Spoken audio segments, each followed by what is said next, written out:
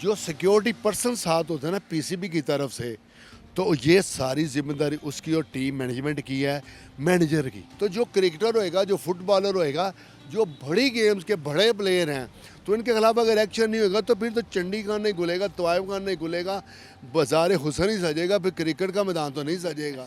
ये आप कहते हैं ना कि बदनामी होती है, जागन साई होती है, तो क्या इन पे फूलों की चादरें चढ़ाएंगे लोग?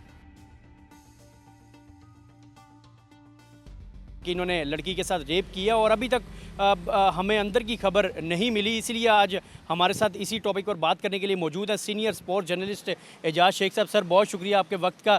सबसे पहले बताइएगा कि केस क्या है, बात क्या है, क्योंकि प्रैक्टिस के दौरान इस तरह उनको लेके जाया गया। जो इतलात हैं, जो मौसूला इतलात हैं बयान करदा मुख्तलिफ लोगों की, उनके मुताबिक तो यही है कि हैदर अली जो तकरीबन 24 साल जिनकी तकरीबन एज है, बड़े टैलेंटेड प्लेयर हैं, तो उन्होंने एक ऐसी लड़की के साथ ज़्यादती की है जो उनकी गुज़श्ता 2-2.5 साल से एक फ्रेंड थी। उनका पिछले 2-2.5 साल से रिलेशन था इनका। रिलेशन था। उन्होंने कुछ ऐसे इल्ज़ामात लगाए हैं उस लड़की ने और उसके घर वालों ने, उसकी फैमिली ने, कि ग्रेटर जो मैनचेस्टर पुलिस है उनके लिए ये ज़रूरी हो गया था कि हैदर अली को वो गिरफ़्तार करें, मामले की मुकम्मल तौर पर छानबीन करें। और उसके लिए उन्होंने मैच के दौरान, जब मैच जारी था मैनचेस्टर में, वो जब खेल रहे थे प्रैक्टिस, तो उन्होंने उनको गिरफ़्तार किया और 3 रोज़ तक अरेस्ट रखा। और उसके बाद क्रिकेट के बड़ों ने, पीसीबी के बड़ों ने मुदाखलत की और उनकी रिहाई हुई है। और रिहाई के दौरान उन्होंने ये वाज़े कर दिया है कि रिहा तो कर दिया गया है, ज़मानत तो दे दी गई है, लेकिन ये मैनचेस्टर से बाहर नहीं जाएंगे बताने के बगैर जब तक ये तमाम तहकीकात कंप्लीट नहीं हो जाती। एजाज साहब, ये बताइएगा कि हमने 2022 में भी देखा था श्रीलंकन प्लेयर के ऊपर भी इंग्लैंड में इल्ज़ाम लगाया गया था, लेकिन उसने केस जब हुआ था वो केस जीत कर सुर्खरू हुआ था। अब अगर इन पर ये इल्ज़ाम जो लगाया गया ये सच साबित हो जाता है, फिर अगला क्या प्रोसीजर होगा? कितने अरसे तक के लिए क्रिकेट से दूर रह सकते हैं? और देखिए, पाकिस्तान क्रिकेट का एसेट है हैदर अली, बहुत टैलेंटेड प्लेयर हैं वो। अब जिस तरह आपने एक हवाला दिया श्रीलंकन प्लेयर का, तो ये मिसालें पहले भी मौजूद है। माइक टायसन कितना बड़ा नाम है, ठीक है।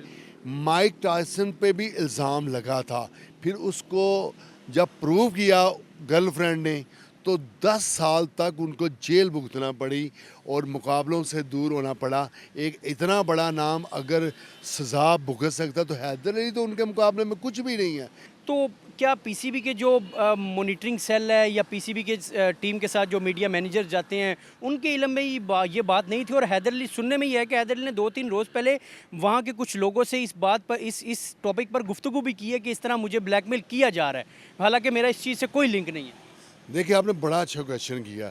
मीडिया मैनेजर का तो खैर ताल्लुक ही नहीं है इसी इशू से। इसी वजह जो सिक्योरिटी पर्सन साथ होते हैं ना पीसीबी की तरफ से, तो ये सारी जिम्मेदारी उसकी और टीम मैनेजमेंट की है, मैनेजर की। मैनेजर कोच कुछ की नहीं है, ना ट्रेनर की है, ना फील्डिंग ट्रेनर की, स्किल्स बढ़ाने वाले किसी की नहीं है।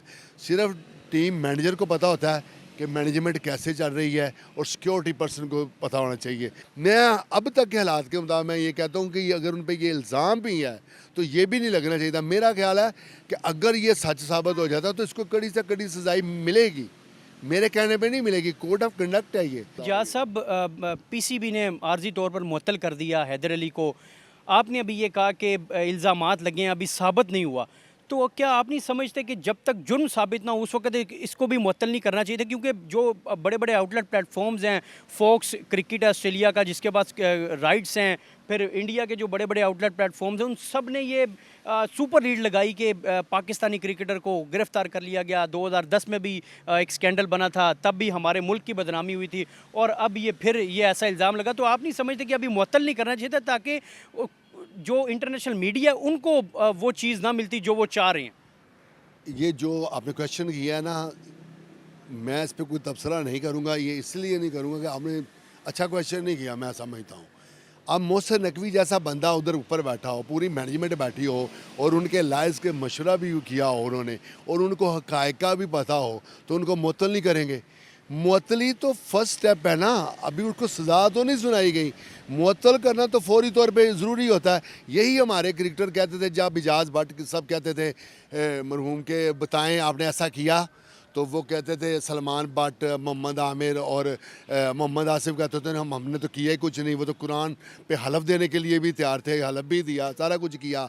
हालांकि उस वक्त इजाज़ भट्ट की अगर वो ये बात मान लेते, ये एतराफ़ कर लेते, तो इनको इतनी लंबी सज़ा नहीं होनी थी।